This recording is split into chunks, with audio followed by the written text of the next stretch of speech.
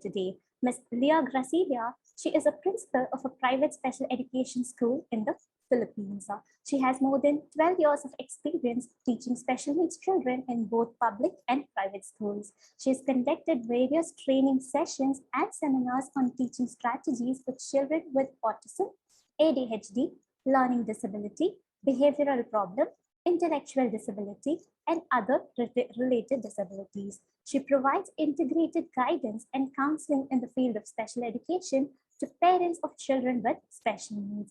Her other skills are psychoeducational assessment, functional behavioral assessment, IEP planning and development, behavior intervention plan, and SPED program implementation. She is a member of 2 International Honor Society of Phi Gamma Mu and Phi Gamma Phi.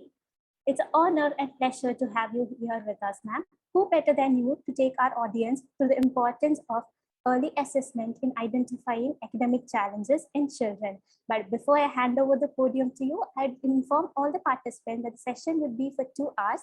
The session would begin with a presentation by our speaker, followed by a Q&A discussion. While the speaker is sharing her experience and learning with all of us, the chat would be switched to the host and the panelist mode, so all of us can focus on the speaker sharing. Wish you all a happy learning. Over to you, ma'am. Okay, thank you so much, Reviti, for that wonderful introduction. Okay, so let me just share my screen.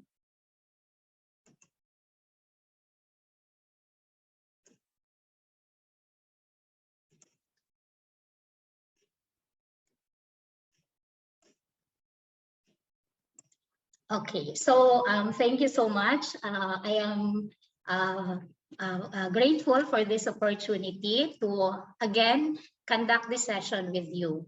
And you know, the previous workshops have been so amazing, and it's because of your active participation. So today, I'm going to discuss about how to identify early signs of academic difficulties in your classroom. And this will also include some screening tools that you can adopt at school and the home setting.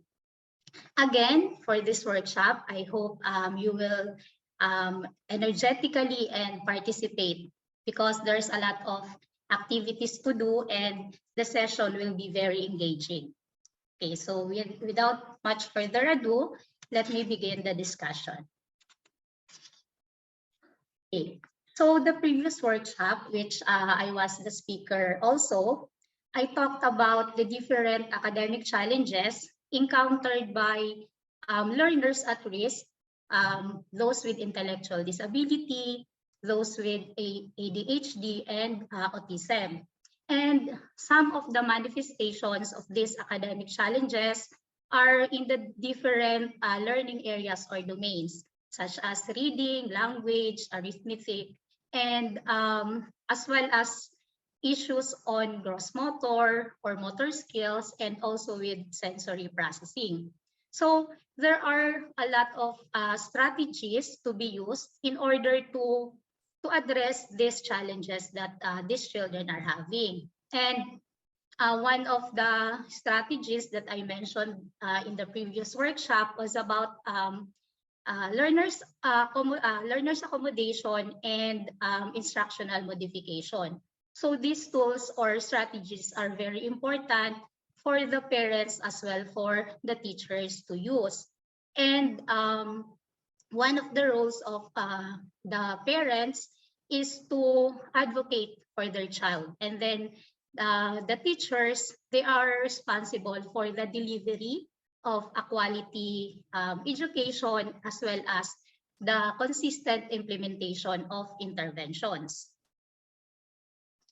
Okay, so for this particular workshop, I will be now transitioning from the challenges to the role of assessments in identifying the academic challenges. Also, I will be talking about the importance of early identification. And there is a particular screening tool that I will present to you. And as we go along, we will see the areas that this tool is trying to address, or what areas does the child manifest that has to be to be screened. And lastly is the role of the stakeholders. So this has to do with parents and educators as well. Okay, so going back to the topic from the previous workshop, academic challenges are defined as hindrances to a child's ability to meet the academic requirements and expectations. So this has to do with the performance of these students in terms of their grade level requirements. So for example, if a child is already in grade 2, so does the child's performance meet the requirement of a grade 2 level? And it could manifest in different learning areas, such as the ones I mentioned, and some more other areas that the child is having problems with, or through their delayed development. Academics are not just the ones which become problematic. So other areas such as social, emotional, practical skills, and other development of the child. And also, it can be identified through comprehensive assessment. So for this workshop, we will also know about the purposes, the importance of assessment, and what is a comprehensive assessment.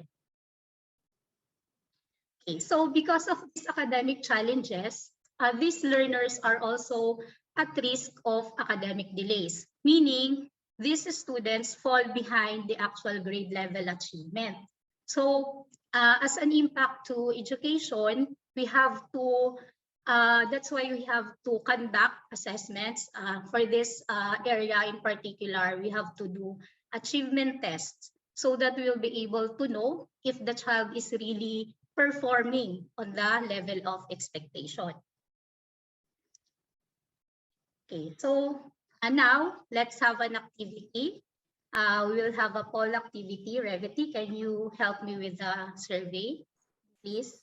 For your participants, I'm going to launch a poll, which will be on your screens right now.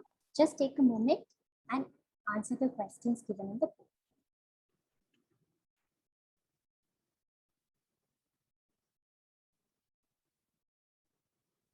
So we're getting few responses, ma'am. Let's give our participants some time.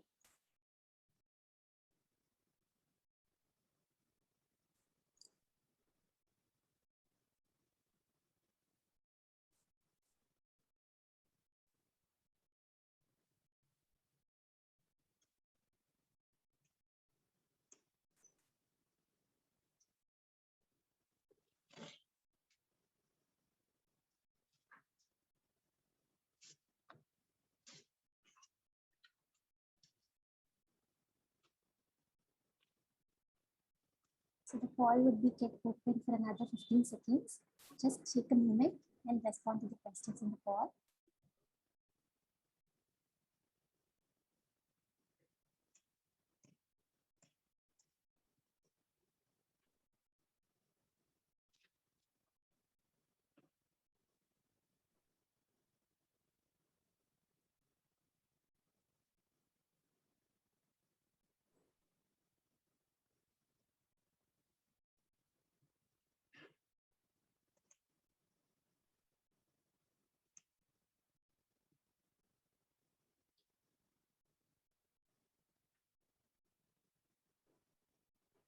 I'm just going to end the poll. I'm sharing the results. Okay, now. so ready. Okay, I can see here that the most academic problem is reading, and then the list is like, I think, executive functioning. So more or less, this has to do with children having difficulties with learning, especially those who might be having problems like having specific learning disability. So I would guess. And also, how do these challenges affect their performance? So yeah, that's true. So it would really affect their academic performance. They will get low grades, they will not pass their subject, and they might be candidates for dropping out. And also secondary results would be academic performance below grade level. Okay, that's all related to poor academic performance. And the last one is a secondary condition or difficulty, which is low academic motivation. Okay, so thank you very much for your very active participation. So more or less, we had a view of the different challenges that these children are having. And through this session, the assessment, hopefully we will gain some insights on how to really know how to address or how to identify these challenges. Okay, moving on. Revity, I cannot. Okay, that's it. Okay. Okay, so now we are going to talk about assessment in detail. So according to Pierangelo and Giuliani, assessment is a systematic collection of data. So what does it mean? Okay, so systematic collection means that data are gathered in an orderly or organized manner, following a certain procedure or protocol, such as for you to be able to conduct assessment, you should first ask or seek parental consent. So this one is very, very important, and teachers, we really have to keep this in mind. So as much as we want to help a child, we should always seek the consent of the parents. So if the parents do not want the child to be assessed, and then we cannot do something about it, or else we can be sued for it if things get worse. So it's very important again to seek the parental consent. And also a part of the procedure and the protocols is on how we treat the data. So we should treat the data appropriately and honestly. And also another thing to consider about the collection of data is the data privacy. So in assessment, it is very confidential. So we're not allowed to disclose information about the child. And also, assessment is an analysis and interpretation of information. So with this one, after we conduct or we collect data from various sources, we can now interpret, or meaning we make sense of the data or the information that we gather. And then after we gather this data, we can already formulate our hypothesis, meaning what is the reason for a particular problem. So again, to be able to do this, we should have varied sources. So it is important that the data collection should be comprehensive and holistic as well. And because this information, upon analyzed, upon interpretation, we can make this information to be the basis for intervention and placement decisions. So if we gather data not in an appropriate manner or not accurate data, our intervention plans and our placement options will be affected as well. Okay, so now we come to the different processes that are done during assessment. First is we have to identify the problem. So how do we do this? To be able to identify the problem, first we have to operationally define and describe the problem. Okay, so the problem starts with, most of the time, it's the parent or the teacher who suspects that the child might be having a certain condition or disability.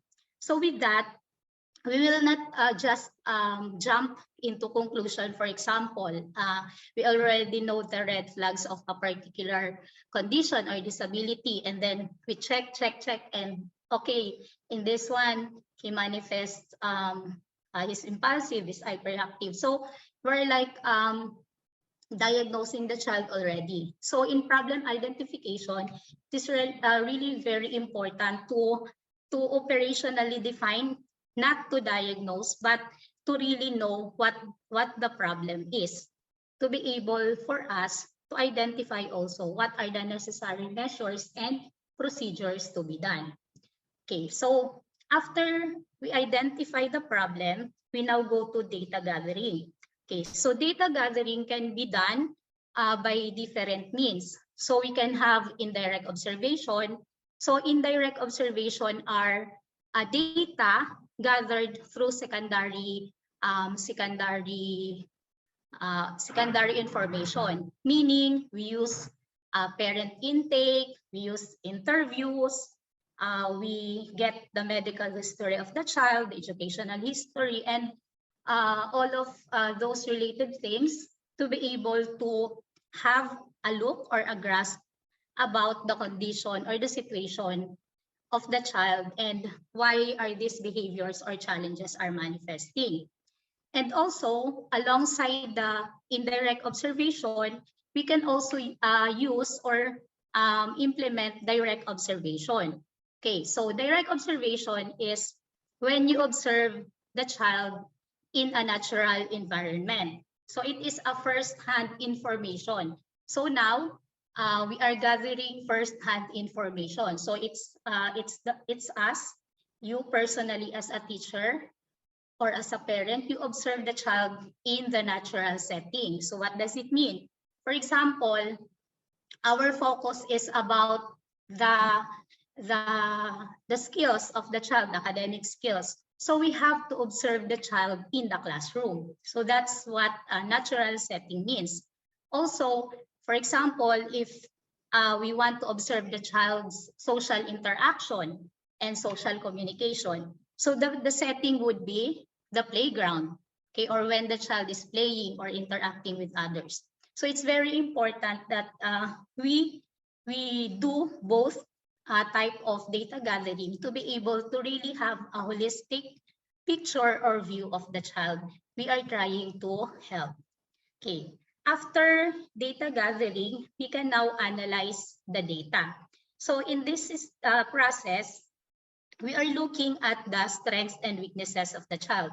So since we already gathered everything that has to do with the child, we can now identify which areas he is good at or which areas he has weaknesses or difficulties. And so by doing this, we can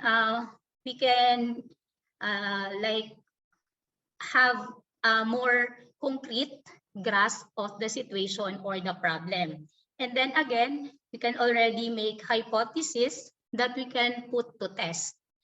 And after we do this process of testing, for example, it could be a referral to a particular specialist that would evaluate or diagnose the child.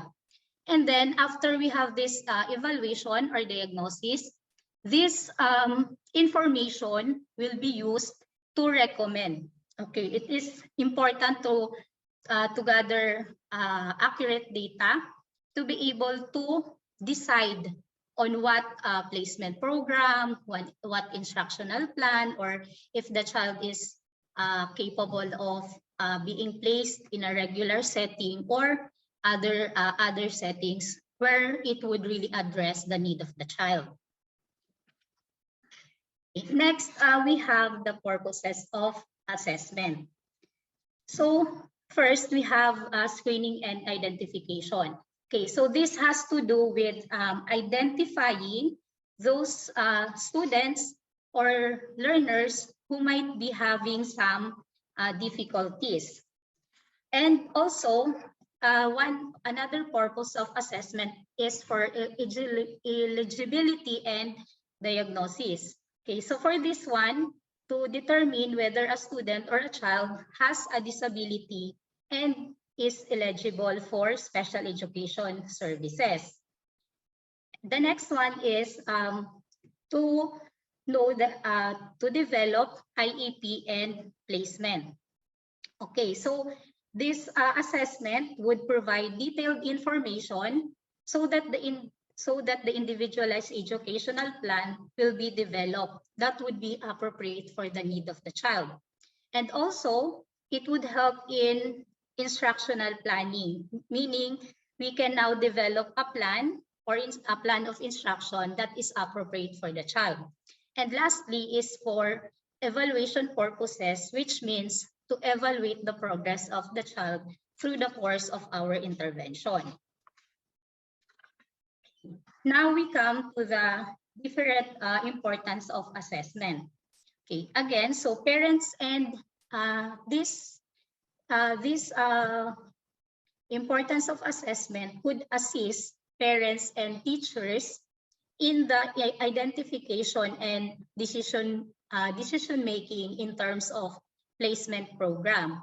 So again, placement program has to do with where is the appropriate placement or program for the child. For example, the child could be put or could benefit from early intervention, or the child could be placed in a regular setting or in inclusion, or the child should be in a pre-vocational program. So this assessment would really help determine the placement program.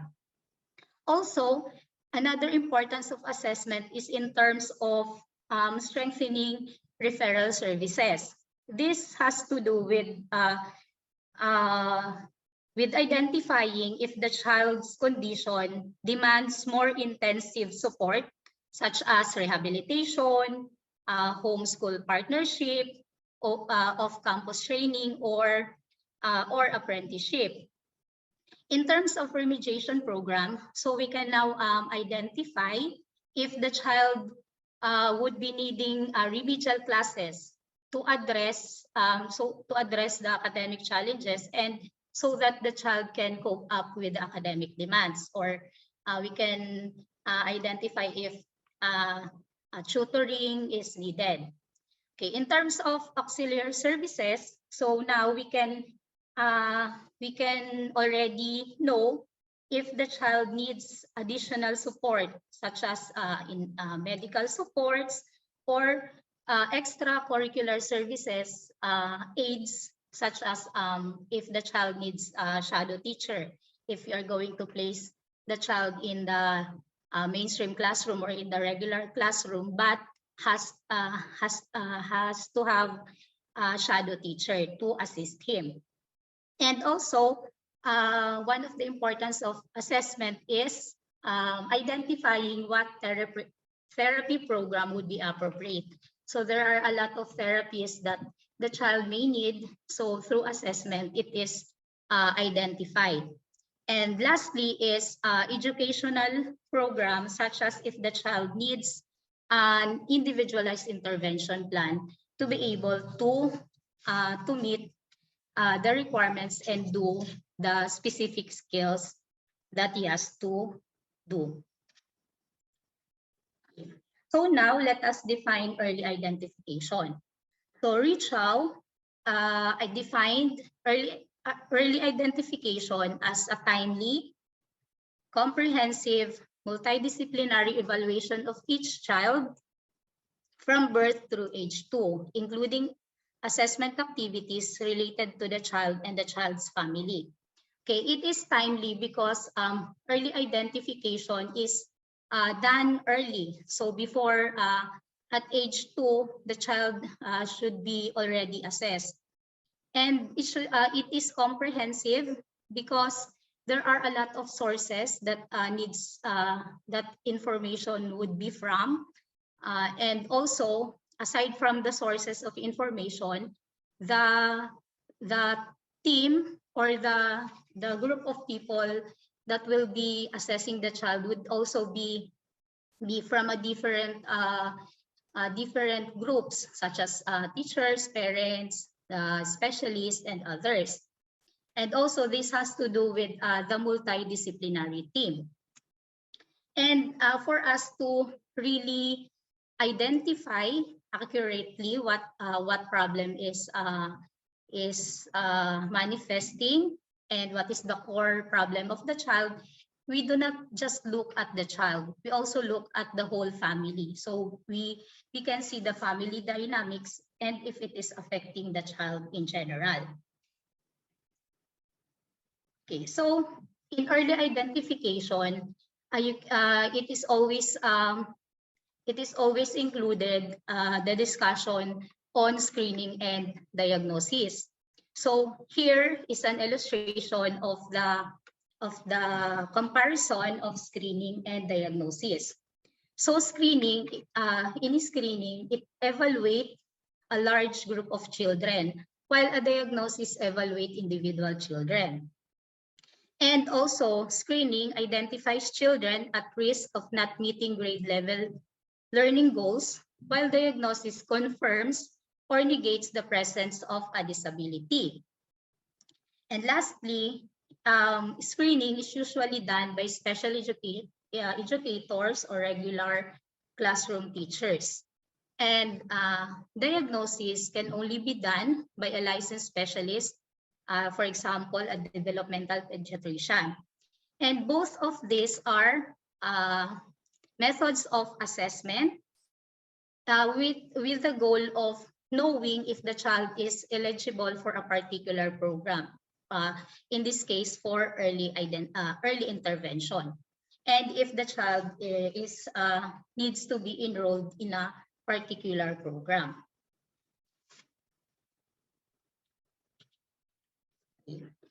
So now we come to the different purposes of early identification.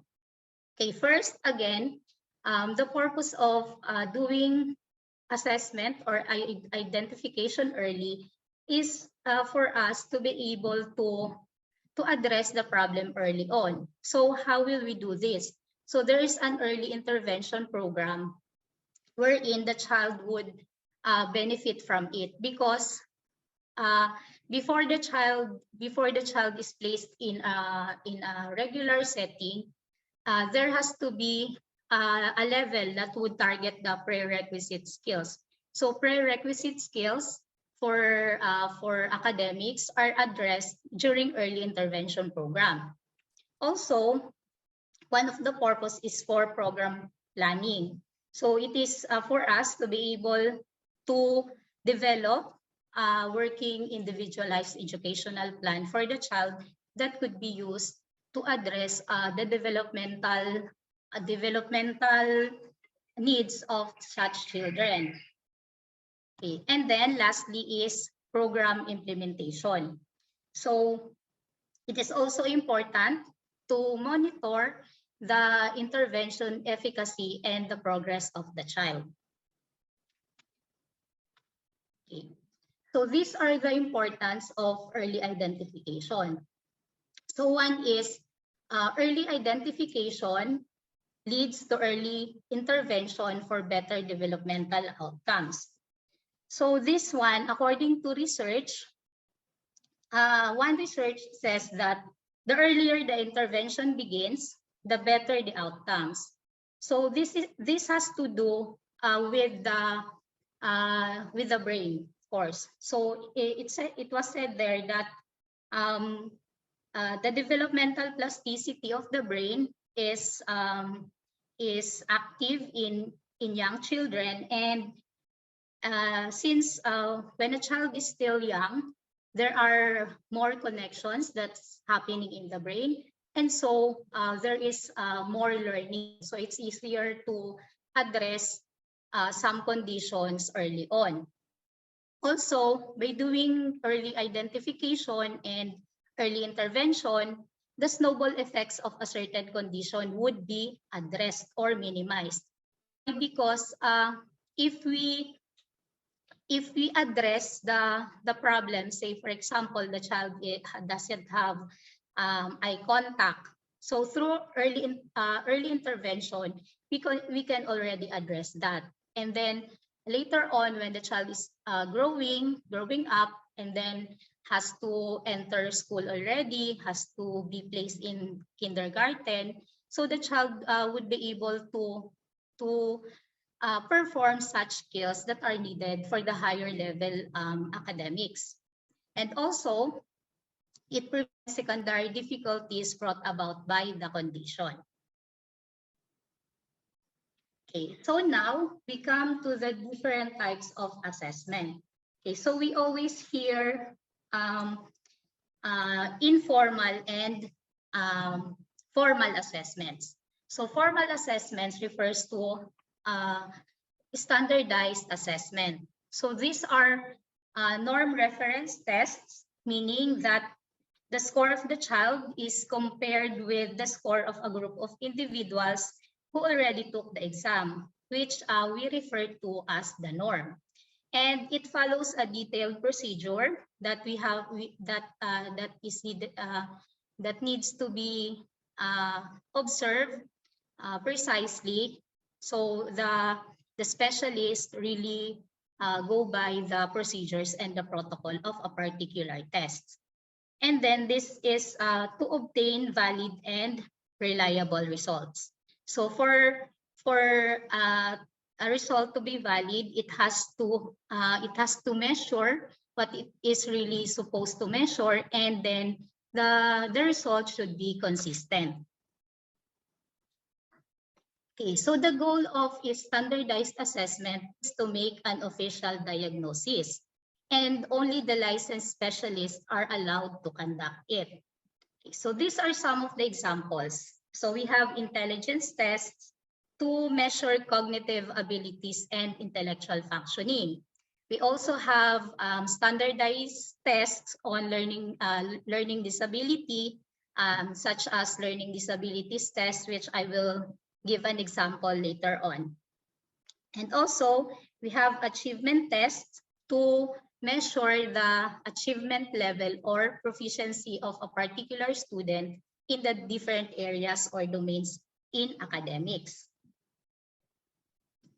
Okay, so these are some examples of standardized assessment.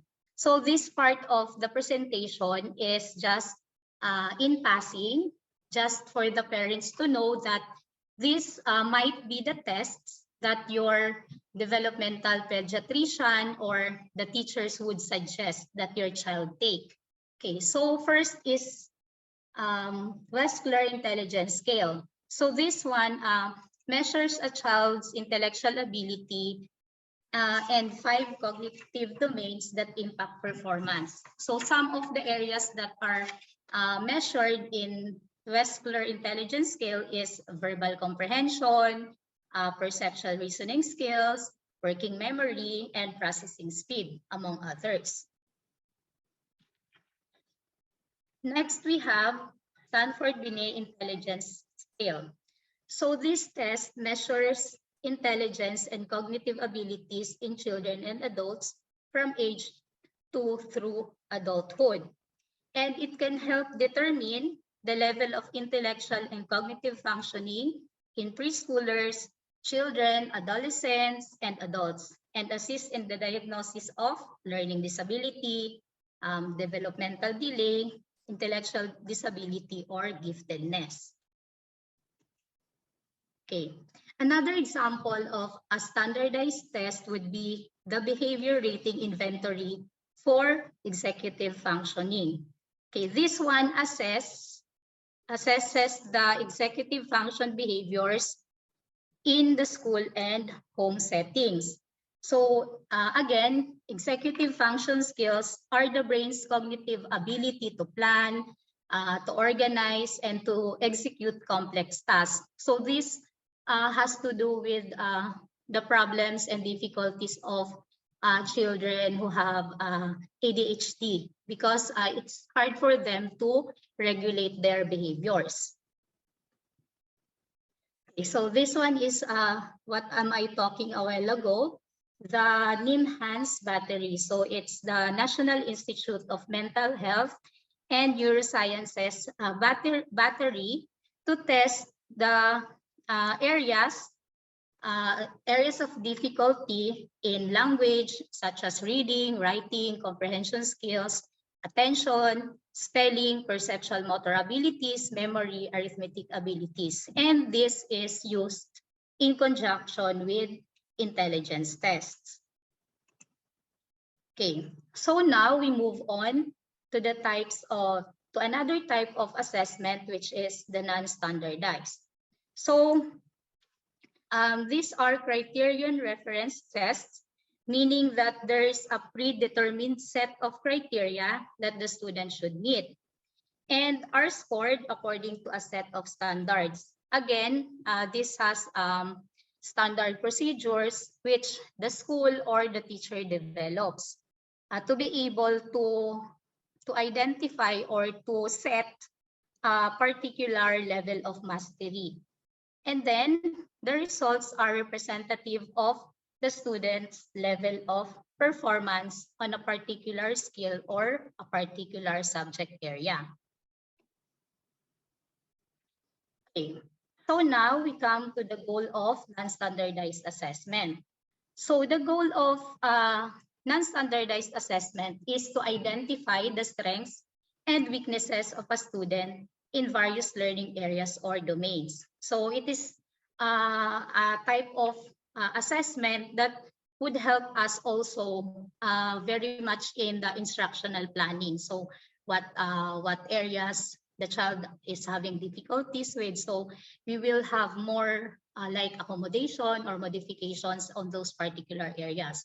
And if the child is good at some subjects, so we can also modify, like we make the lessons harder for the student.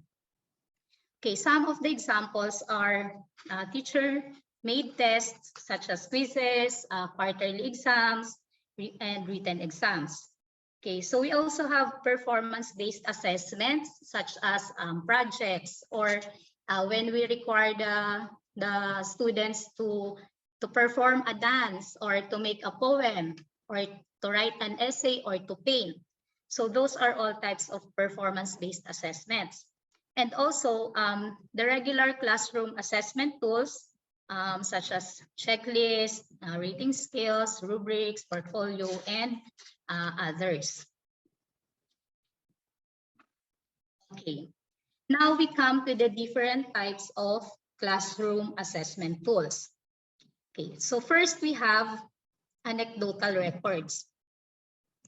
Okay, so for anecdotal records, we have in behavior terms, this one is used mostly by behavior therapists. So these are the terms that they use.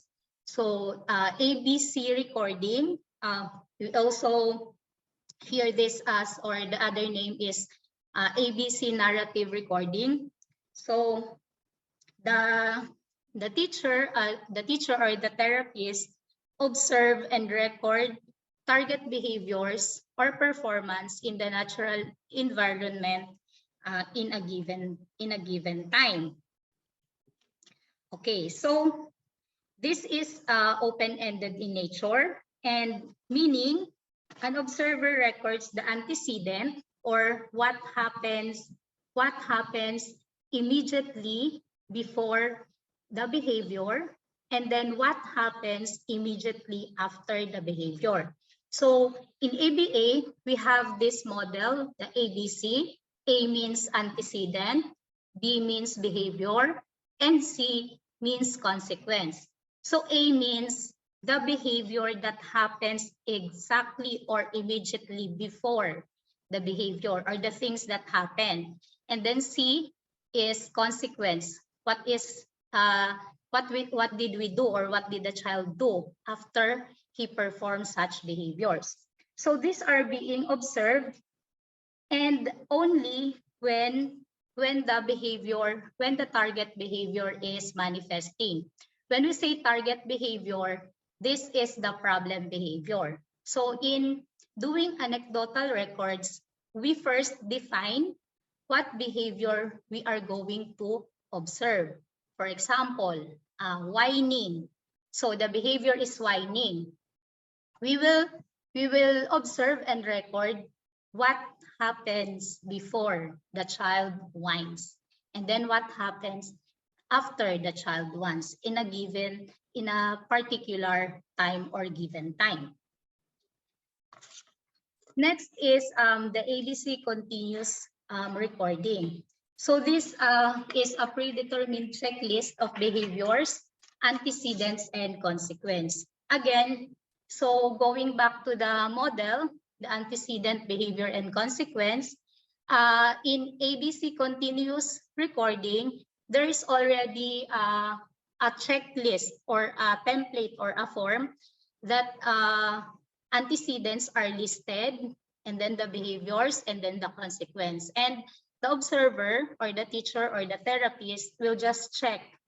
Okay, so we'll just check what is the antecedent, what is the behavior, and then what is the consequence.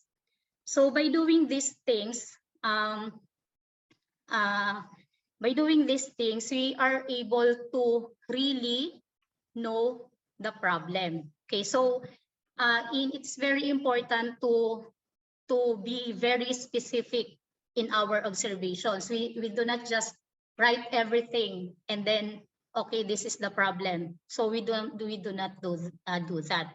And these are very effective since they are direct assessments. So it's first-hand information.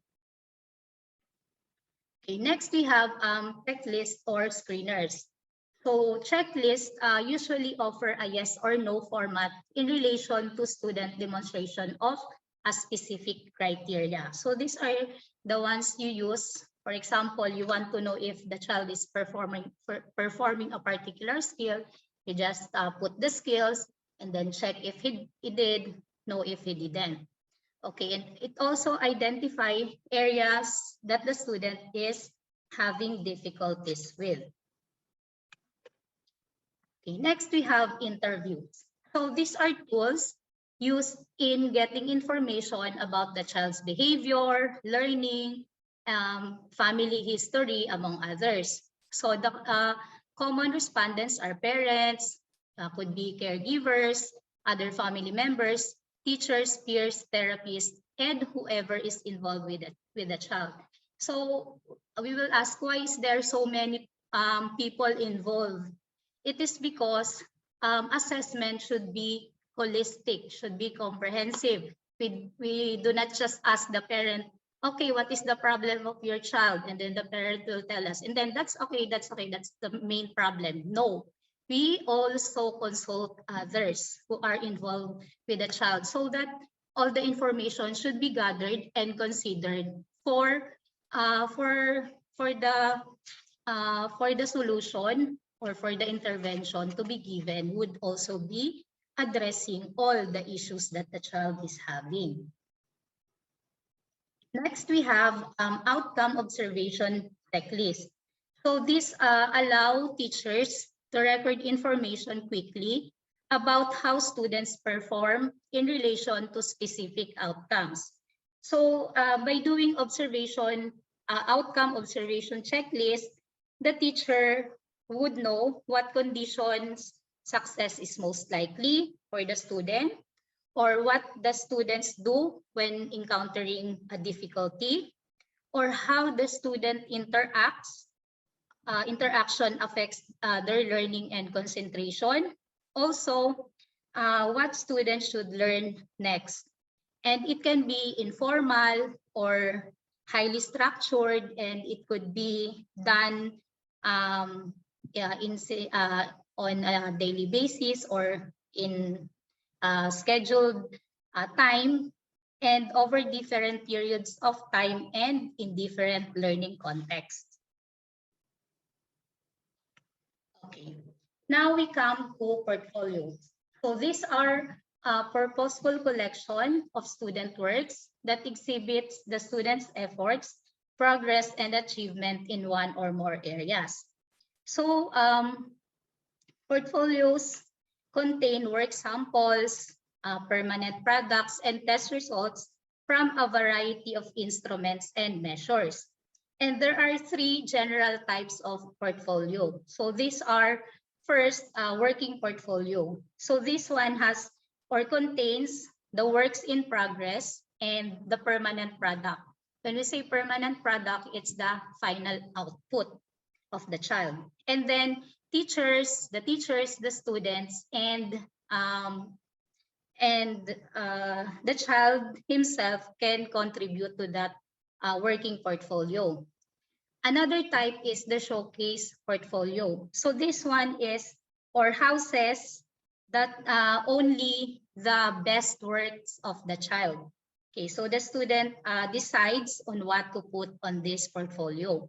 And the third one is the record keeping or teacher portfolio. This one houses the students' test papers and work samples and is maintained by the teacher. So it contains the works that the students did not put in the showcase portfolio. So if you can see, these portfolios again contains comprehensive information, different information that has to be processed through assessment. Okay. Next, we have rating scales. So these allow teachers to indicate the degree or frequency of the behaviors, skills, and strategies displayed by the learner. Also, they use descriptive words such as always, usually, sometimes, and never to identify specific strengths and needs.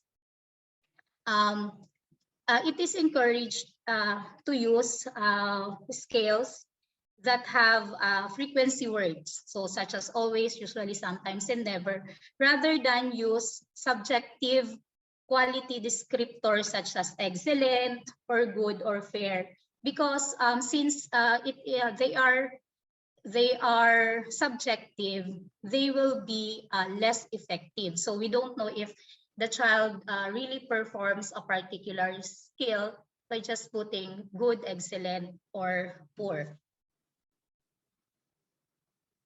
Okay, next we have rubrics. So this consists of a fixed measurement scale and a detailed description of the characteristic for each level of performance. Okay, so a rubric is a scoring tool that explicitly represents the performance expectations. For example, you can see in the rubrics the different levels of performance of the child. For example, level 1 means does not meet the acceptable standard. Level 2 meets acceptable standard. Level 3, approaching standard or of excellence. And level 4 is standard of excellence. So rubrics are very important for the learner to understand why he or she got a particular score or grade. So it has the component of a rating and also a description. Okay. So now we come to the two types of classroom assessments that determine the level of performance.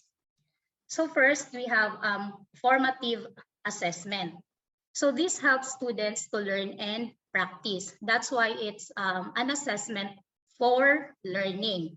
Okay, and this happens throughout the course, and the goal is to identify gaps and to improve learning, and done via approaches that support specific student needs. So this formative assessment provides immediate feedback to the child's performance. Okay, so and the other type is the summative assessment, which assesses students' performance, and that's why it's the assessment of learning. Okay, so it is done at the end of the instructional period, and it collects evidence of student knowledge, skill, and proficiency. How? Via exit learning products or a cumulative assessment. So summative assessment provides the overall picture of the student's performance throughout the quarter, the semester, or the whole school year. Okay. Now we come to the different purposes of classroom assessment.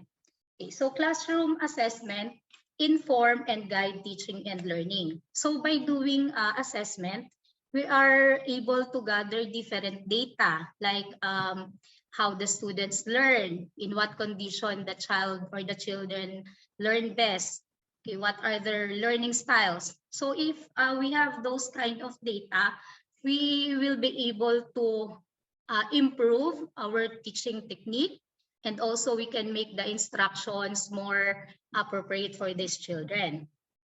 Also, it would help students set learning goals because through assessment, you also give feedback to the students. And when you give feedback to them, they will know in which area, for example, they are having problems with. So they have to really work on that, or which area they are more adept. So by doing this also, by doing assessments and giving feedback, we are helping the child to be more motivated and to set learning goals for himself or herself.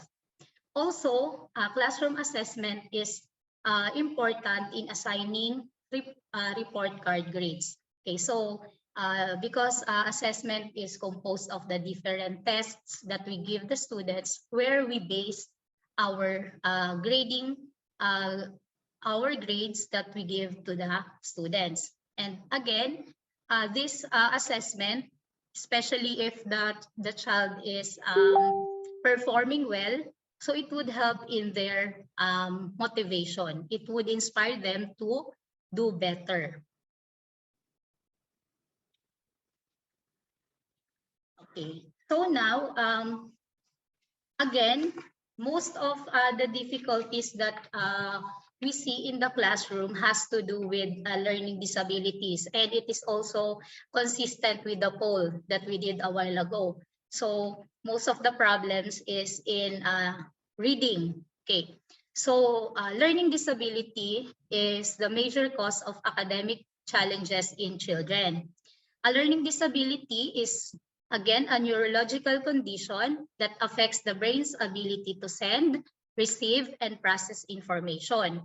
And a child with a learning disability may have difficulties in reading, in writing, in speaking, listening, understanding mathematical concepts, and with general comprehension.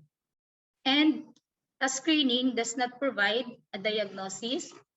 Rather, it indicates if a child is on track developmentally and if a closer look by specialists is needed. Again, we have to always remember that screening tools, which I'm going to present to you later on, is not a tool to diagnose children. So we have to really keep that in mind. Okay, so here are some research findings from the American Academy of Pediatrics. So they recommend that all infants and young children be screened for delays as a regular part of their ongoing health care. And developmental delays, learning disorders, and behavioral and social emotional problems are estimated to affect 1 in every 6 children. Yet, only 30 to 50% of all these children with disabilities are identified before starting school. Okay, so this illustration shows that all children are at risk and need screening, but only a few are evaluated and identified. So it is very important for the child to be evaluated early, again, because for us to be able to address the difficulties, especially the developmental delays early on. Okay, now here is a sample of learning disability checklist. So I would like to ask the participants to please, maybe you can get a pen and a paper where you can write and answer this screening tool. Let me just share. Okay, so this is observation checklist for parents and professionals.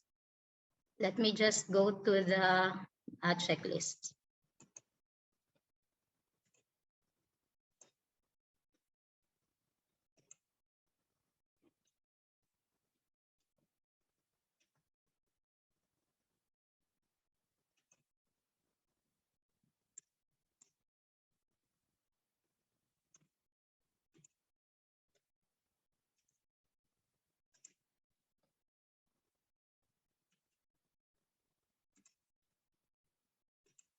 Okay,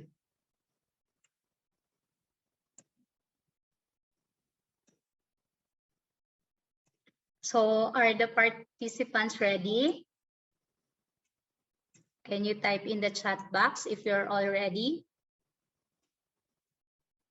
Okay, yes, I can see Sangeeta. Wow.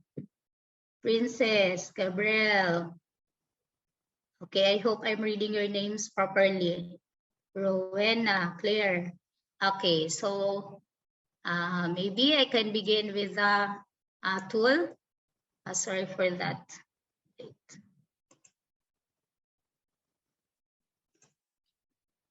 Okay. So here we have the learning academic difficulties observation checklist.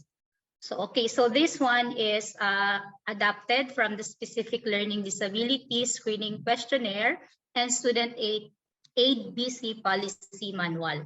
Okay, so this is taken or can be used with children between the ages of 6 to 18 years old.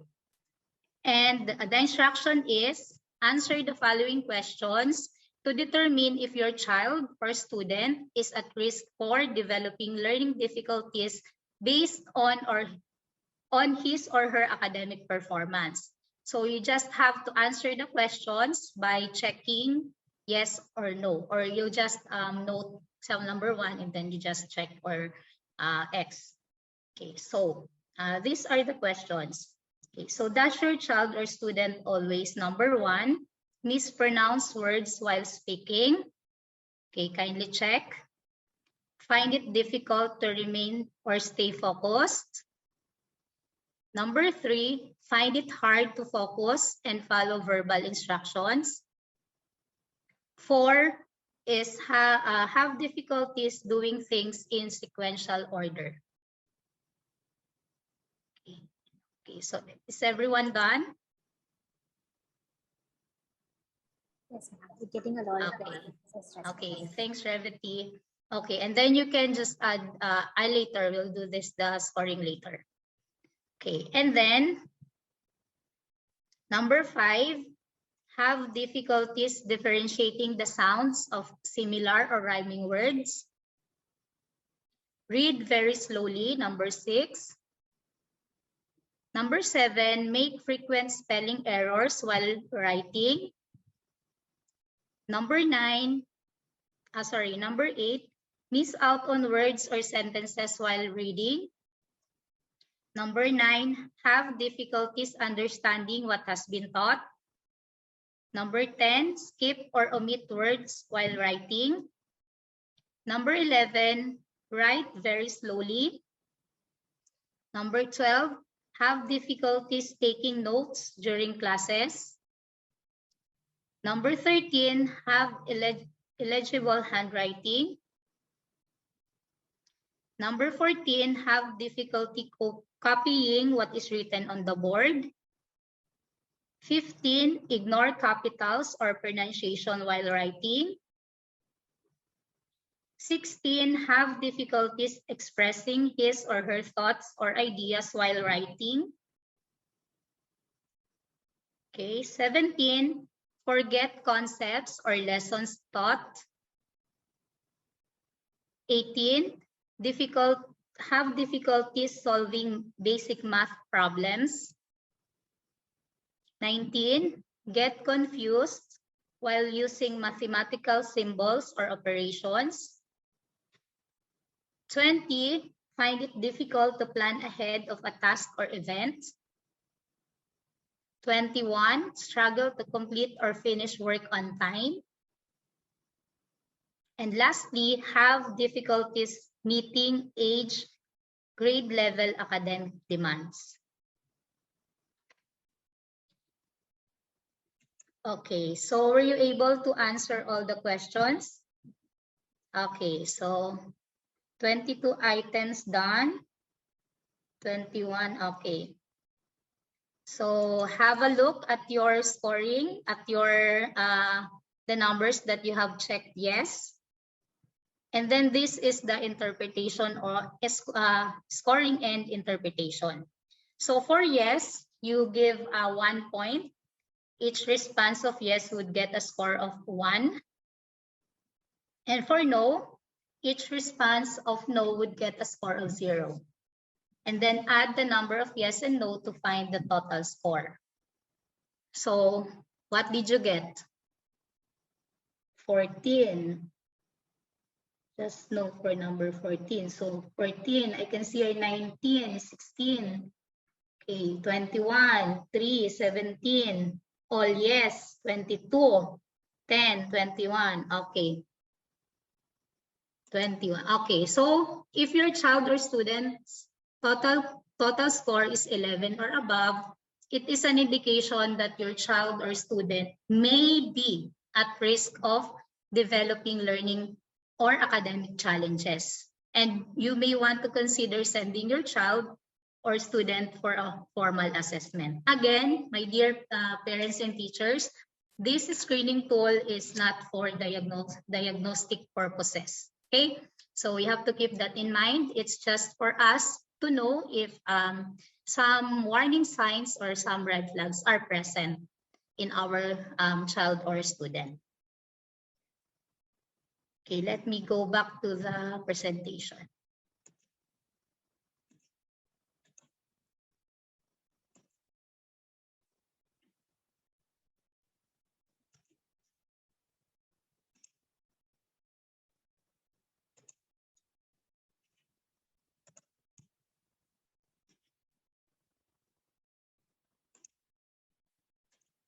Okay, so that one is the observation checklist to be used by parents or teachers, and the other one is the self-assessment. So for this one, the child has to do it, and it can be used by students between the ages of 13 and above. So this one has the same questions, just that it was organized so as it could be answerable by the student.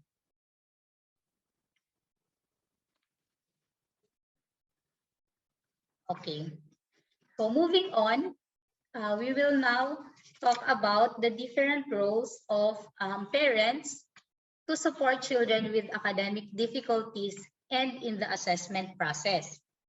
So first is very important of all. I've been talking about this since the last workshop. So be consistent with your child's remediation. For any intervention to be effective, there has to be really the consistency. So consistency with the implementation of the intervention or the program. And also consistency also would apply to the assessment process. So if we were asked about our children, for parents, if we are asked by the teacher on the performance of our students, we should also be consistent with our answers. Okay, so that the teacher or the team, the multidisciplinary team that would assess our children, would get the accurate data. Next is take part in the IEP team meetings. Also, this is applicable for the multidisciplinary team, which is the component of the assessment procedure. So because through team meetings and other conferences with the teacher, we will be able to tell them our concerns so that the teachers also could know what to do. And next is to provide critical input about the physical, social, developmental, and family history of the child. Okay, so parents are great sources of information because you interact with the child on a daily basis. So right now that we are on a pandemic, you are with your child 24/7. So you are the credible person to really give data information that the teachers would need in the assessment process as well as in developing a program for your child. Also, provide insight on transitions or program placement. Okay, so this has to do with since you are the ones who accompany your children through the different life transitions. For example, the transition from home to school, from your child moving from one level to another level. So you also have the information necessary necessary to support and appropriate services for your child. And then lastly is to advocate for your child's academic success. So how will you advocate for your child's academic success? First is you need to have an open communication with the teachers and the school, so that um, through your correspondence, you can really tell the teachers what is really happening with the child, or what services and supports you need. And also by corresponding to teachers, you will have a sort of data where you can use when you need it or when necessary. And also, you can support your children or advocate for your children by keeping records of, for example, the child's work, the test reports. So you have to be also organized in compiling all the gathered information about your children. So when the time comes that you will need them, they will be readily available. So it is very important that you keep records as well. And also, you can study, or you can learn, try to learn as much as you can about your child's condition. So by doing so, you will be able to get a better view or information about your child. And lastly, despite of researches and testing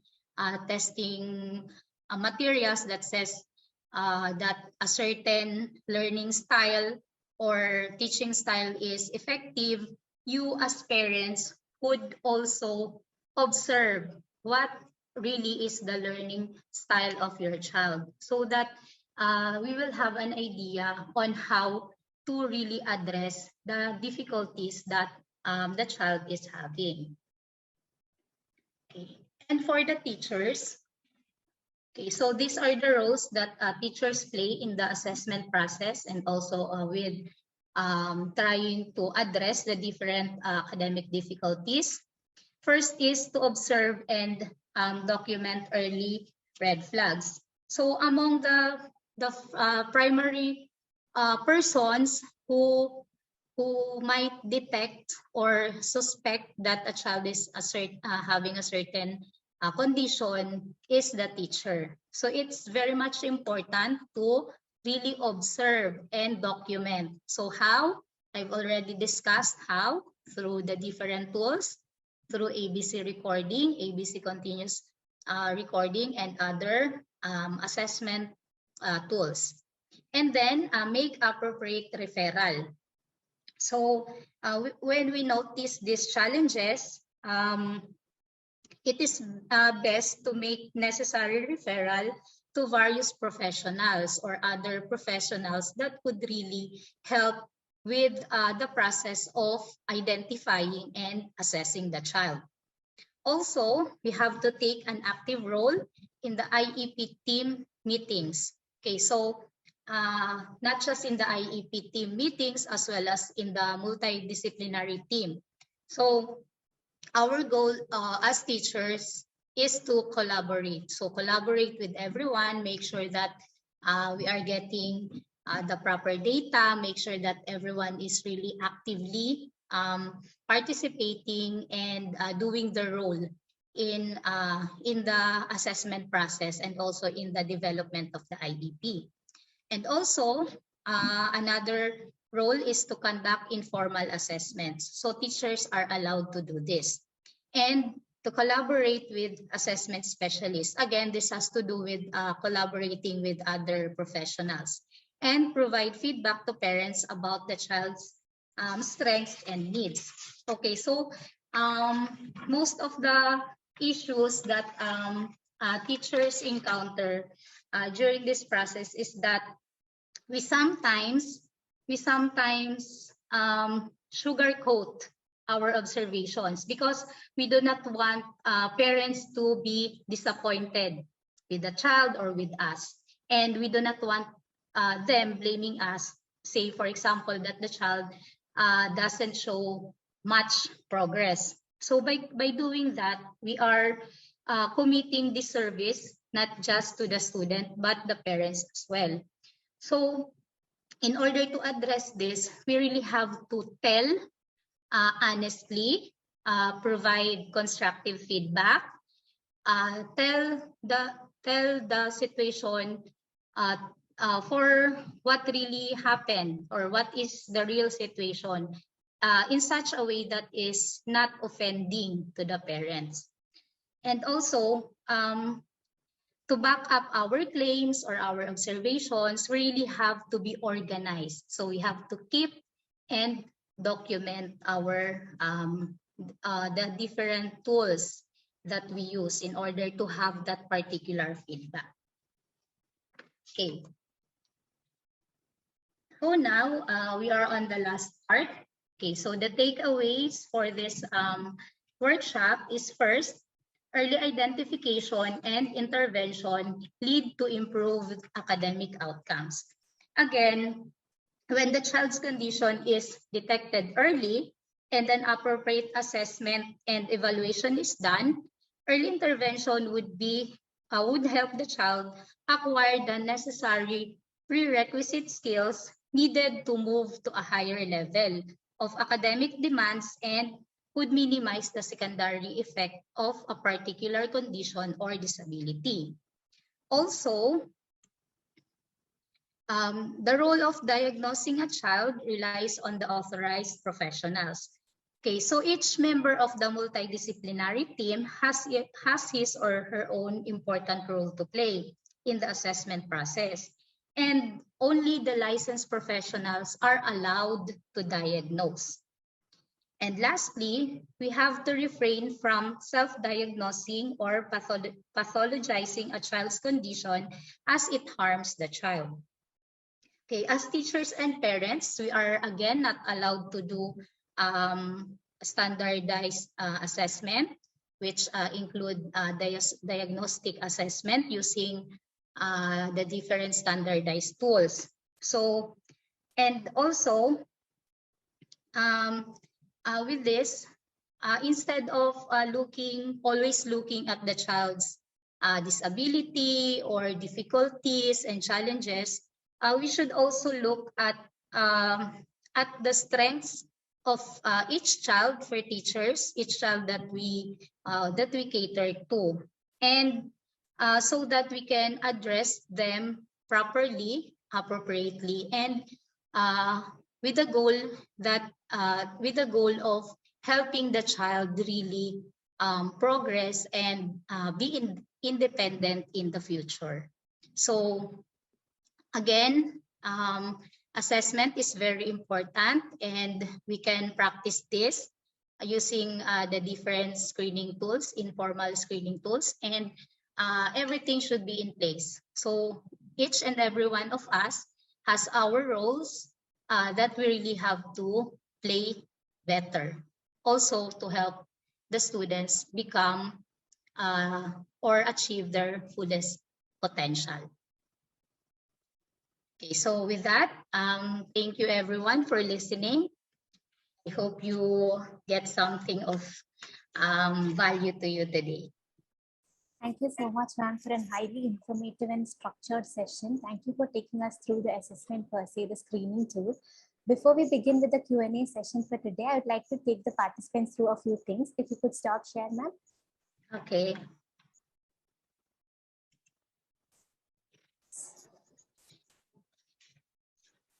So dear participants, we have an upcoming workshop of the module 4 on how to determine proficiency level for literacy and numeracy skills in children with academic challenges.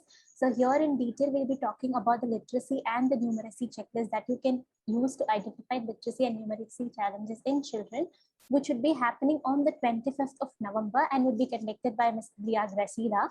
Following which we'll begin with our academic intervention, which is module 5, the first workshop, where we'll be focusing on developing cognitive skills in children with special needs, part 1. which would be conducted by Madam Geeta Gopi, which would happen on the 2nd of December. The timing for both the workshop is 4 p.m. Indian time, 5:30 p.m. Indonesian time, 6:30 p.m. Singapore and Philippines time. The link for both the workshop is being shared right now in the chat box. Do book your slot and register yourself for the workshops. And also, if you feel this workshop would be of benefit to any other person, do share the link and share the care. Moving on, I'll also say you how is that you can register for different events by using our platform. All you have to do is log into the Ability platform with your account and then click on the event that is of your interest or choice and click on the register for this event button. Once you register for any event, there are a few provisions that you would get. One, you would be able to post your questions to the speakers. If you have any questions, you can directly post it to the speakers, and the questions that gets the most upvote here would be the one that would be prioritized by the speaker. Also, as part of each of the workshop that you attend, resources which are relevant and useful will be shared with you. As part of today's workshop, exclusive resources along with the checklist which was described in detail during the workshop is being shared right now. The links is being provided in the chat box. Do have a look. You'll be able to download the PDF of the materials from there. Not only that, you'll also be able to share the resources through our platform on any social media platform by the click of this button, and also able to rate the resources here. So do let us know how effective this resource have been for you all, so that we'll be able to develop more resources that are appropriate and useful for all of you all. Finally, you'll also be able to find all the related events which are of interest to you on the related events tab. And for you to keep a track of all the events which you have attended in the Ability platform, you would be able to do that by clicking on My Events, and all the events which you have registered and attended would all appear here. So do check all of this out and let us know your experience about it. Now, let's start with the first question for today, ma'am. Are you ready for it? Okay, yes, I am. Yeah. So the first question is from Ms. Asha Sharma, who wants to know that what are the different techniques and the methods that one should incorporate while conducting an assessment. Okay. So you spoke about the screener tools, right?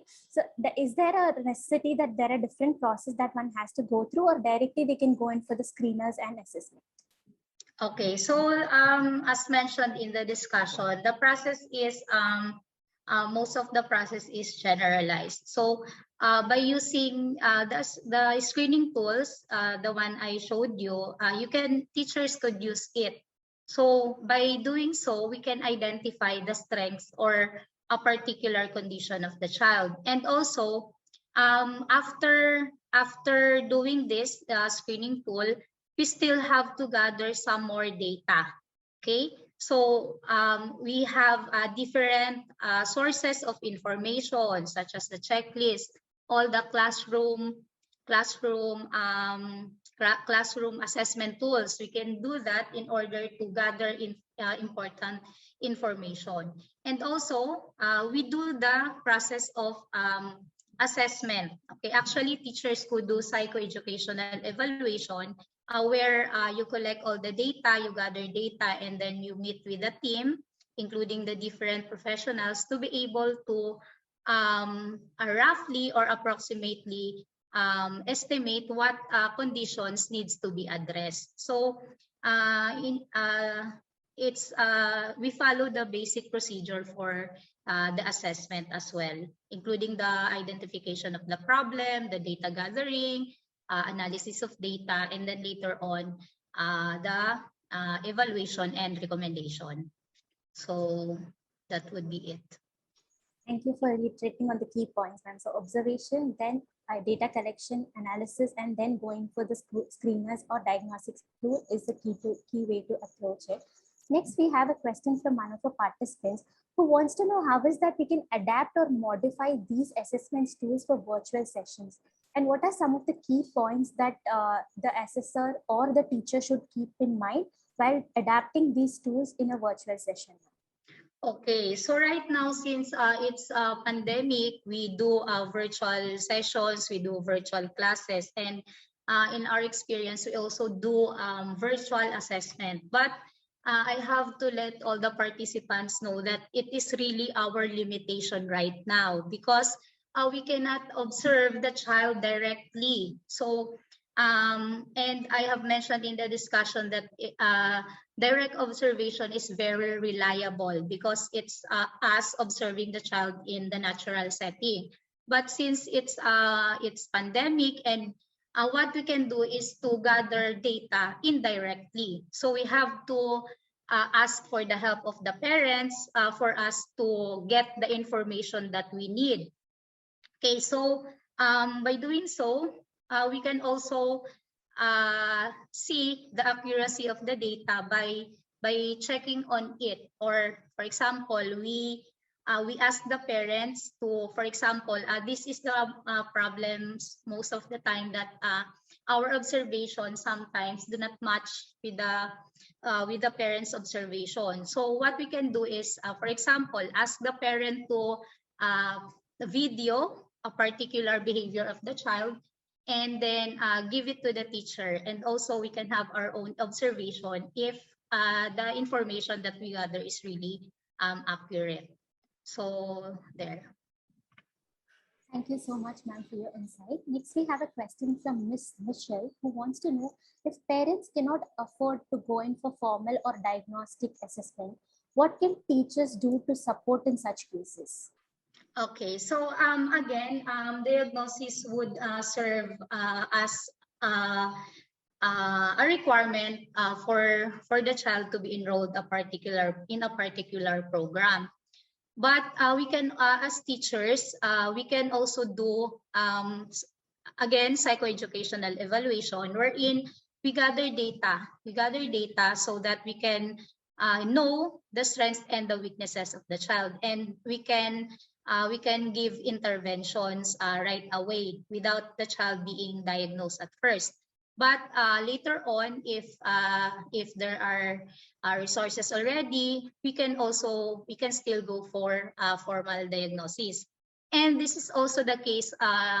Myself, I have experienced this during my experience in the public schools, that there are really not much available resources in terms of assessment. And what we did was we collaborated with some non-government organizations or some agencies support and advocate for the children with special needs. So some of these organizations or maybe some politicians could sponsor a particular assessment activity. So that's what we do here in the Philippines, and especially in the provinces where there are not a lot of specialists, especially in the rural areas. So we can support the parents by linking them to the groups and including their children, for example, in the assessment activities. And also we can help them by really supporting all the way with the child's developmental and academic requirements. So we really have to work with the parents and coordinate with them and try to find different resources that could help the child. Thank you so much, ma'am. So sharing the key of directing the parents is the key component to helping the parents out in such situation. On similar lines, we have another question from Ms. Alexandra, who wants to know, can a child be placed in a special education program without a formal assessment? So will that be beneficial to the child, or will it counterfire the child? Okay, so it happens also in many schools, especially in the public school. Actually, most of these children are already placed in the maybe in a regular classroom setting, or in a specialized education service or program. So sometimes it's while official diagnosis is very important, I think it won't really affect the placement of these children, because we as teachers and parents, we know the strengths and the weaknesses of the child. And then by looking at those strengths and weaknesses, we can roughly estimate what to teach the child, how to teach the child, what services are needed. So as long as the parents and the teachers are very mindful with the particular conditions that the child should be placed, or the different help that the child needs, and the teachers and the parents would really collaborate with each other, I think placement in a particular program would be also effective. But we really have to know the basics of, for example, the basic features of special education, the requirements that we have to do, and other things that is related to the child's education in a specialized education program.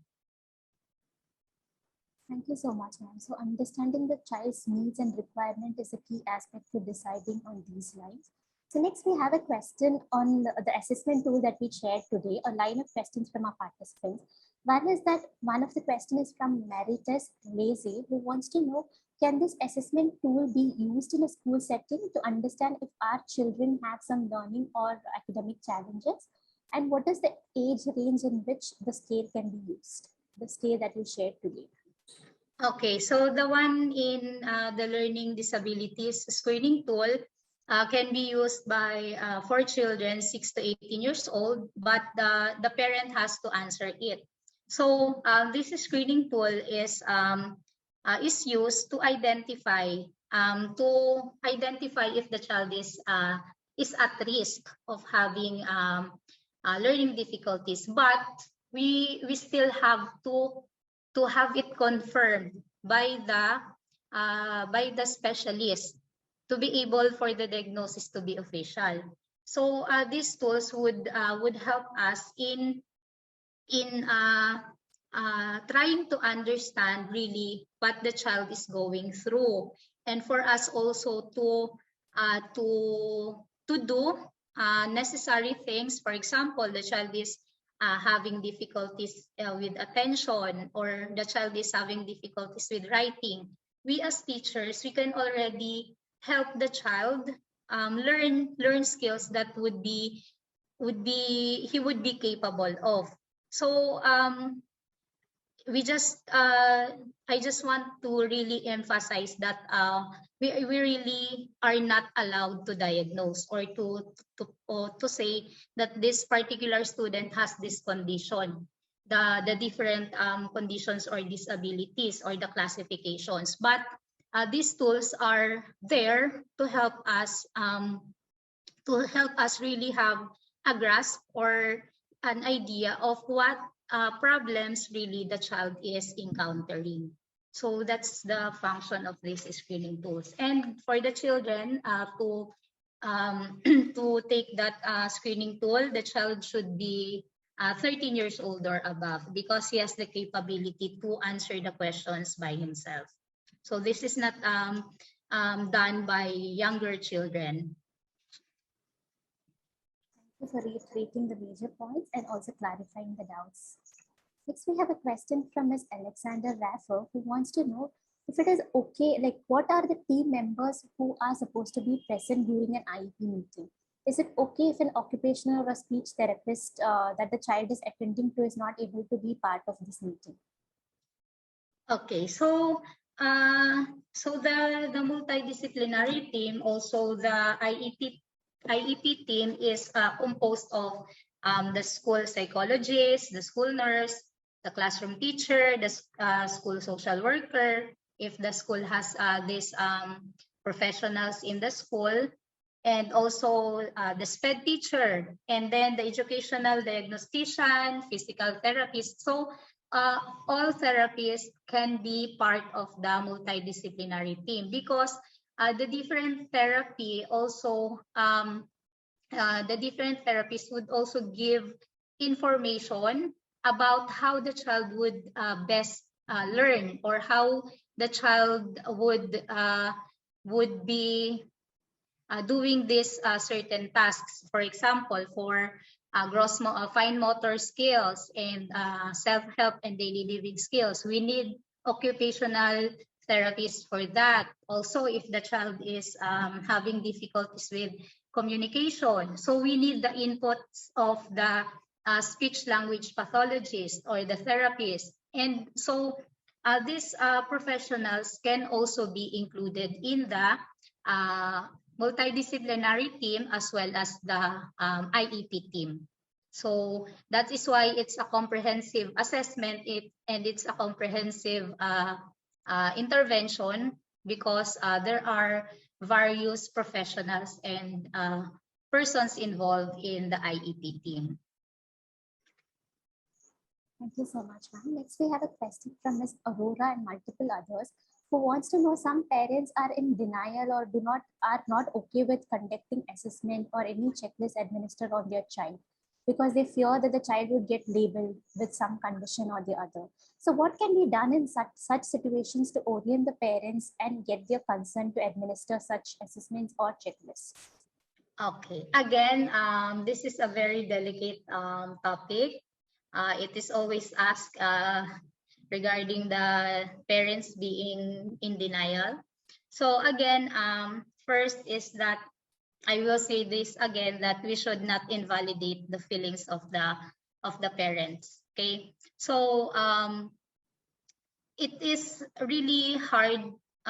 It is really a hard situation to get consent from parents, especially that of course we all want, as parents, we all want the best for our children, and we do not want other people putting labels, putting tags on our children.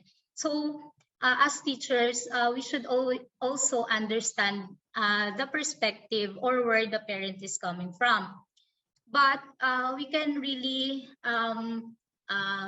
make the parents be aware that these screening tools, the goals of these screening tools are not to put the child in danger. Actually, these tools would help the child, and will help the teacher also to really identify the strengths and the weaknesses of the child. So to do that, we should be we should have a good rapport with the parents, and we should also be like someone who can be trusted, or we should be credible as well. So by having a personal and good relationship with the parents, maybe we can give more awareness to them, and then we can motivate them that and make them know that it is okay for their children to be to undergo such screening. And also we really have to advocate also, if that the parents are advocating for their children, we as teachers, we should also be advocates for our students. So that would be it. Thank you so much, ma'am. So orienting the parents, maintaining a positive relationship with them, and being an advocate and giving the large picture to the parents instead of labeling the child is the key to go about it. Next, we have a question from Ms. Lucia, who on similar lines, who wants to know, sometimes when parents respond to these questionnaires, there are some discrepancy that could be seen, like what we observe as teachers in the classroom setting and what parents report at home. They tend to sometimes report that there is no academic challenge seen in the child per se. So what can be done in such situation to ensure that the effectiveness of the assessment is not lost? Okay, so the problem here is Revati, can you repeat the question? What was the question about? Is it the observation of the parents are not consistent with the teachers? Yeah, the observation of the parents and the observation of the teachers are not matching. So how will this difference have an impact on the assessment per se, and what can be done in such situation, because the assessment results will not be accurate? Okay, so this has to do with the accuracy of observation. Okay, so I want everyone to know that there is such thing as behavior contrast.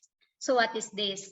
So sometimes the child manifests a completely different behavior at home and in school. So this has to do with the the people around him. This has to do with reinforcement, meaning what behaviors do we reinforce, and how we punish, how we give punishment to a certain behavior. So behavior contrast happens maybe, for example, in school the child can read ABC, but at home the child cannot read it. So again, the parent would give you the information that my child cannot read at home, but the teacher says, no, he can read in school. So behavior contrast really happens. So we have to, maybe we have its form of awareness for parents and teachers as well, that we should not think that parents, some parents lie about the specific learning or situations or behaviors of the children that they were able to observe, because that really happens. So, but if there is the data or the observation are not accurate, of course it will affect the assessment. And to do this, we really have to perform. We have a certain technique like inter-observer agreement, but this one is a little bit technical. So and also we have to consider a lot of factors to be able to do this. But for that particular situation, maybe we could do our own observation as well and see if what the behaviors really are. Thank you so much, ma'am. So having multiple observation and people recording it can give a fair idea and also an accurate picture. Next, we have a question from Ms. Faidehi and multiple others who wants to know what is the right age for administering an informal assessment tool or a screening tool. Can it be administered for children below the age of 2 years? What is your take on it? Okay, so different assessment tools assess or screens different age levels. So it depends upon the requirement of the child and the tool also. So the some standardized assessment tools can assess, could be used for assessment of children around the age of 2, like the Stanford Binet Intelligence Scale. But it depends upon the age of the child, and also different tools have different age requirements where it can be used. So it depends upon the purpose also of the assessment. So understanding the tool and the age range which is specified in each of the tool is the way to go about it. Next, we have a question from Ms. Yalianto Hadri Provario, if I'm pronouncing the name correctly. So the question is, can this assessment that you shared today be used only with children for academic learning, or it can also be used for other learnings that would happen in the school setting, for any performance-based learning or activities of daily living? Which is there a mention of a particular tool? The assessment that we shared today, ma'am, during the screener that you shared today in the workshop. The screener. Okay, so that screener was about the different areas of learning difficulties. So that will not cover the other areas such as the adaptive skills or the self-help skills. So the screening tool used was just to assess the different difficulties in academic areas. Thank you so much, ma'am. Next, we have a question from Ms. Jeffrey, who wants to know how important is the process of follow-up. Even in assessment, there's something called follow-up that has to happen, right? Like once the assessment is taken, there should be a year or two gap before the next set of assessment is taken. So how important is this process, and what is the ideal gap of follow-up for assessment? Okay, so in terms of standardized diagnosis, like the ones done by developmental pediatrician, usually they require that the child see them for the next year or sometimes 6 or 9 months. And evaluation, meaning that follow-up is really very important, because it would reflect if the intervention the intervention given is working or is effective. So for the follow-up, the specialist would look into the different skills again, which were assessed before, and tell if the child is having progress. So it's really very important. Thank you so much, ma'am. So follow-up is a consistent tool to get an idea about the progress of the child. Yes. Next, we have a question from Ms. Pallavi, who wants to know, does children with learning disability have any issues with your IQ? Okay, so some of these, the most children with learning disabilities score, they're in the borderline. So it's 70 and to below 100 in the IQ test. So most of these learners have borderline IQ. So these children are considered with learning disabilities. But since a condition could get worse, and if left unchecked and if there's no early intervention given, there are secondary issues that would manifest, and this might cause a certain effect on the intellectual functioning of these children. But as for the official diagnosis or assessment, children having an IQ of 70 and above 70 but below 100 are learners who are at risk of having learning disability. Thank you for clarifying that aspect, ma'am. Next, we have a question from Mr. Muhammad. As we were talking about the progress, right? So Muhammad wants to know how is that whether what are the criteria or the conditions with which we will know whether the progress in the literacy or academic skills are happening on a child. Okay, so we will know if there's academic progress if we do achievement tests. So if we test the child for a particular level, we will know that if the child is at par with the requirements of that particular grade level. So if not, so that means that the child is having difficulties performing or reaching the actual level that that particular student should really meet. So again, and progress is not just measured in terms of academic areas. So there are a lot of other areas or domains that progress should be measured, including social interaction, their adaptive skills, and practical daily living skills. Thank you for clarifying that, ma'am. Let's take the last two questions for today. One question is from Ms. Vinu Chopra, who wants to know that you mentioned about the snowball effect. If you could briefly describe what a snowball effect is and what is the impact of that.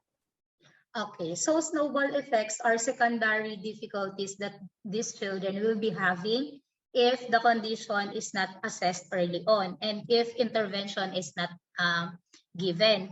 So these secondary effects would be, for example, for children having with autism and other children as well.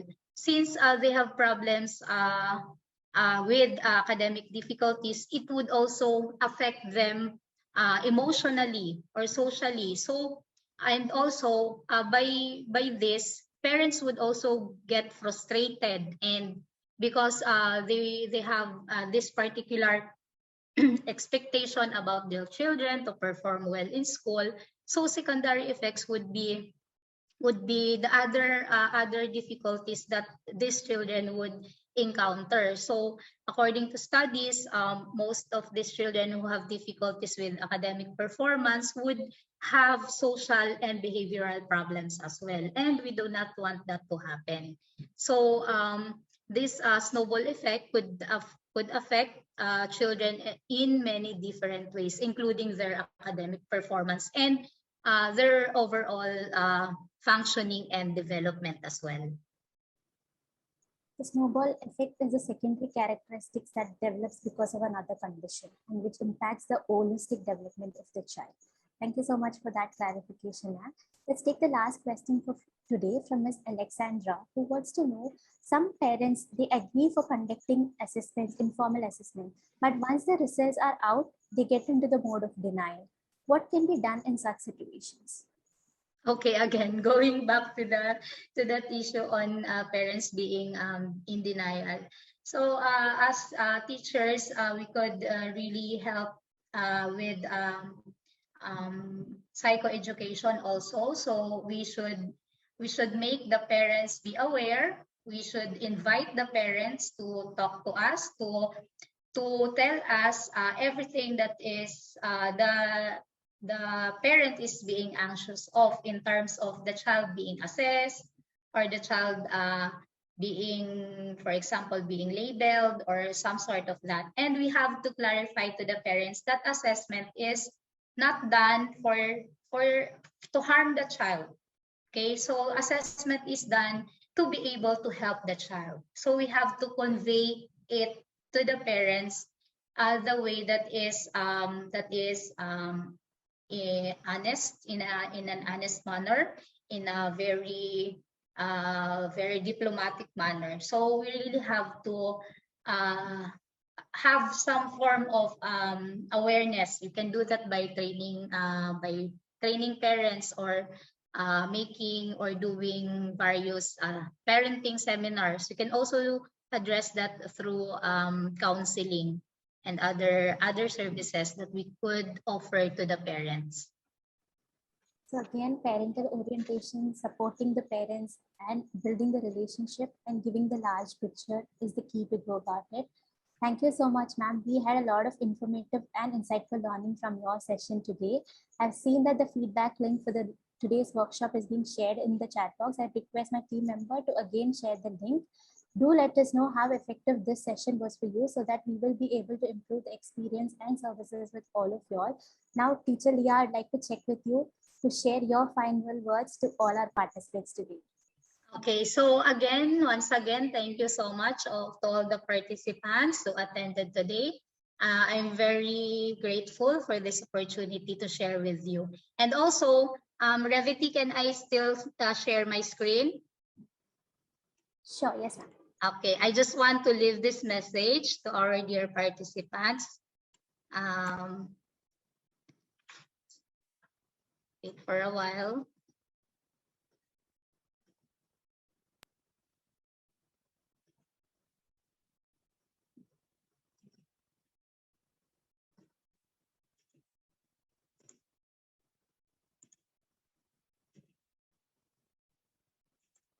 Okay, so I got this sort of quote from a parent on the internet, and it says, none of the tests, assessments, rating scales, or progress reports will ever be able to measure just how awesome my special needs child is, or how much joy, happiness, and love they give and receive.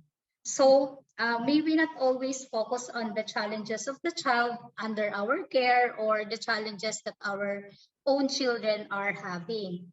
Okay, so may we treat assessment as something that is important, but not as a defining tag or label for our children or for our students. And also, let us focus on the boundless possibilities of their children, with the goal of empowering their lives and the lives of their families. So again, thank you very much, everyone, and good evening. What a way and what a note to end this session with, ma'am. Thank you so much for your lovely and inspiring message to all our participants today. Participants, I would like to remind you all that we have an upcoming workshop on testing the proficiency level of children, where we'll be focusing majorly on the literacy and the numeracy skills, which would happen on the 25th of November, followed by we move on to our academic intervention module, where we'll be focusing on the cognitive challenges of children with special needs, which would be happening on the 2nd of December. And the timing for all the workshop is 4 p.m. Indian time, 5:30 p.m. Philippines time, and 6:30 p.m. Singapore time. Do register your interest by booking your slots today in the link that's being shared right now. Until we see you for the next time, it's a big bye from Team Ability. Take care.